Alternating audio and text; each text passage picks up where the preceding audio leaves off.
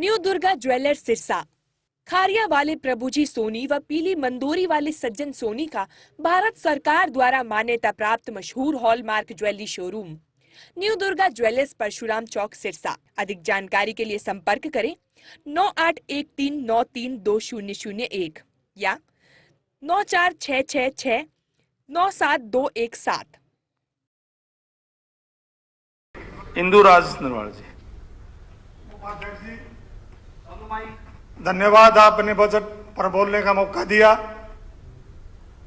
मैं बताना चाहूँगा, जब माननीय मुख्यमंत्री जी वित्त मंत्री के नाते जब बजट पढ़ रहे थे तो मैंने पूरे ध्यान से उस बजट को सुना और फिर मैंने घर जाकर भी उस पूरे बजट को पढ़ा, एक एक पन्ने को बार बार पढ़ा। मैंने इसलिए पढ़ा कि कहीं न कहीं बड़ौदा का कहीं नाम लिखा दिखेगा, लेकिन बड़ा दुर्भाग्य है कि बड़ौदा का कहीं नाम नजर ही नहीं आया। और पूरे सदन ने भी पता है, उपाध्यक्ष जी आपने भी पता है, जब बड़ौदा का उपचुनाव हुआ माननीय मुख्यमंत्री जी भी, उप मुख्यमंत्री जी भी और सारे मंत्री इस सरकार के बड़ौदा में गए और उन्होंने बड़े बड़े मंचों पर घोषणा की कि बड़ौदा में यूनिवर्सिटी बनाएंगे, बड़ौदा में IMT बनाएंगे, बड़ौदा में दो महिला कॉलेज देंगे, राइस मिल लगाएंगे। लेकिन इस बजट के अंदर उसमें कोई प्रावधान नहीं किया गया। क्या बड़ौदा इस हरियाणा के मानचित्र पर नहीं है? बड़ौदा के लोगों ने क्या गलत काम कर दिया? अपना एक अच्छा विधायक तो चुना होगा, बीजेपी का तो रहा होगा, और वहां तो मुख्यमंत्री जी ने यहां तक कहा कि मैं भी आपका विधायक हूं। लेकिन ऐसा क्यों? मैं सोनीपत से मेरी बहन थी, अभी चली गई, उन्होंने सर्वश्रेष्ठ विधायक का अवार्ड मिला, मैंने उनको मुबारकबाद भी दी और मैं धन्यवाद भी करता हूं आपको कि मेरे सोनीपत जिले की विधायक को आपने श्रेष्ठ का वो दिया। लेकिन मेरी बहन उसके चक्कर में बहुत कुछ बोल गई। उन्होंने पता ही नहीं सोनीपत में चौधरी भूपेंद्र हुड्डा ने क्या क्या किया। एक महिला कॉलेज ही तो दिया हुआ गन्नौर में, इससे अलग क्या दिया सोनीपत में?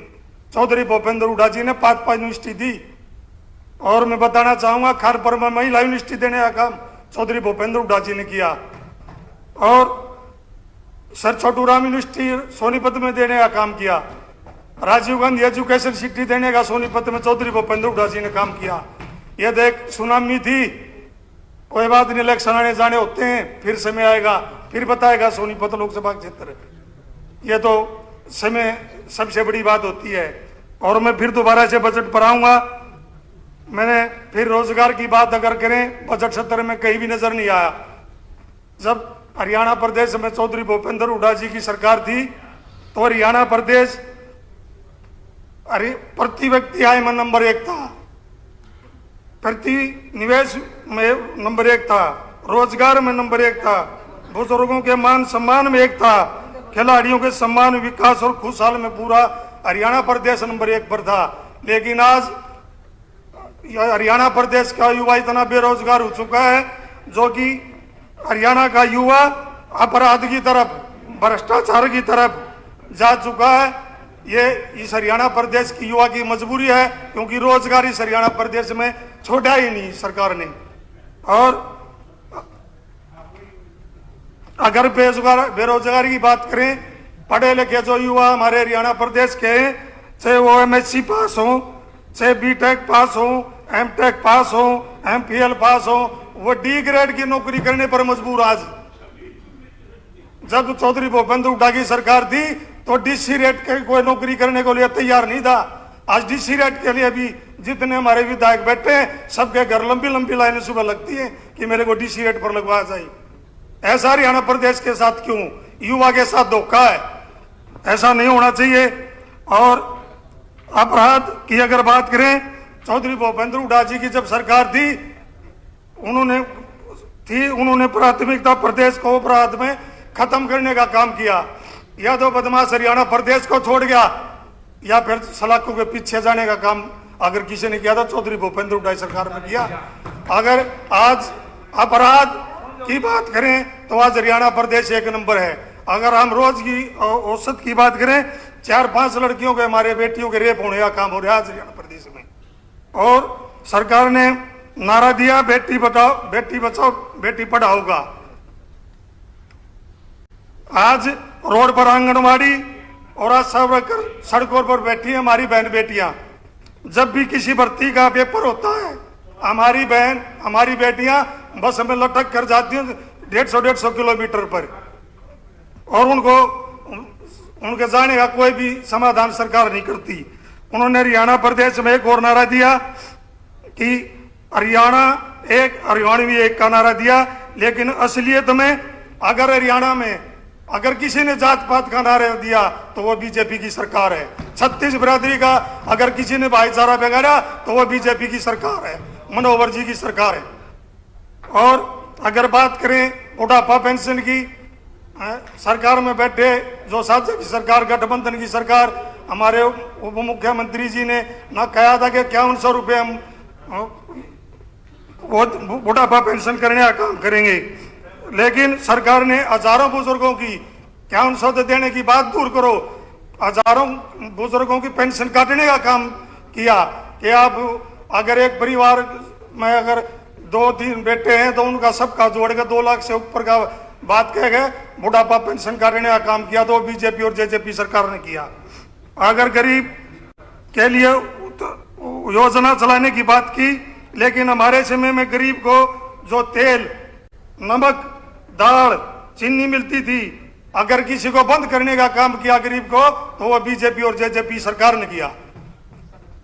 हुड्डा जी की सरकार में 100 गज के गरीब को प्लाट देने का काम किया, चाहे वो किसी भी जाति से किसी भी वर्ग से आते हो, जिसके पीले कार्ड थे उनको 100 गज के प्लाट दिए और उनके ऊपर मकान बनाने के लिए पैसे देने का काम किया। लेकिन इस बजट सत्र के अंदर न कहीं 1 गज प्लाट की बात की गई, न कहीं गरीब को मकान बनाने के पैसे की बात की गई। और पूरे 7 साल हो गए, आप बता दो कि किसी भी गरीब आदमी को मकान बनाने के अगर पैसे दिए गए हो, वो 1 गज प्लाट देने की बात की गई हो, और कर्मचारियों को पक्के करने का वादा किया, निभाना तो दूर की बात है, आपने तो कर्मचारी नौकरी से निकालने का काम किया। आप भी ने टी ग्रुप की भर्ती की, उनको भी निकालने का काम किया, और खुद क्या लगाए हजारों की तादाद में कच्चे कर्मचारियों की छटनी कर दी गई। कुल मिलाकर ये सरकार ने जो भी बोला उसके विपरीत काम किया। जैसे किसी ने पूछा अगर कुछ बनाने जाना है, अगर बोला ना, वो बोला ना जी। उसने फिर पूछा और मिटाने, तो यार सरकार तो दोनों हाथ मिटाने तो लाग रही है, ऐसा काम नहीं होना चाहिए। वो लोग जिन्होंने बनाना कुछ नहीं आता लेकिन मिटाना दोनों हाथों से आता है। यह सरकार ने जो मानो हरियाणा के साथ पूरी दुश्मनी निकालने का काम किया कर रही है, न तो ये शहरी लोगों को देख के राजी, न ग्रामीण लोगों को देख के राजी। आपने देखा जब गांव के किसान यहाँ से चले दिल्ली की तरफ, तो उन्होंने वहाँ लाठी चलाकर पीपड़ी में लाठी चलाकर रोकने का काम किया, और किसानों को गठबंधन की सरकार को लाठियां बरसाई की। इस बटन इसी मंत्री जी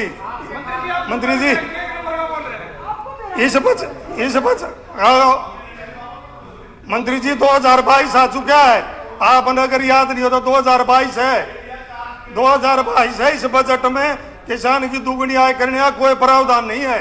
अगर कोई प्रावधान हो तो बताओ आप कहां से दुगनी आय होगी इस और मैं 3 महीने बाकी हैं, और आज किसान आपसे पूछ रहे हैं कि उस वादे का क्या हुआ। और मैं तुम्हें कहूंगा कि किसान अन्नदाता ही नहीं जीवन दाता भी है, इसको दिन करा करने का काम न करे। जय हिंद, धन्यवाद।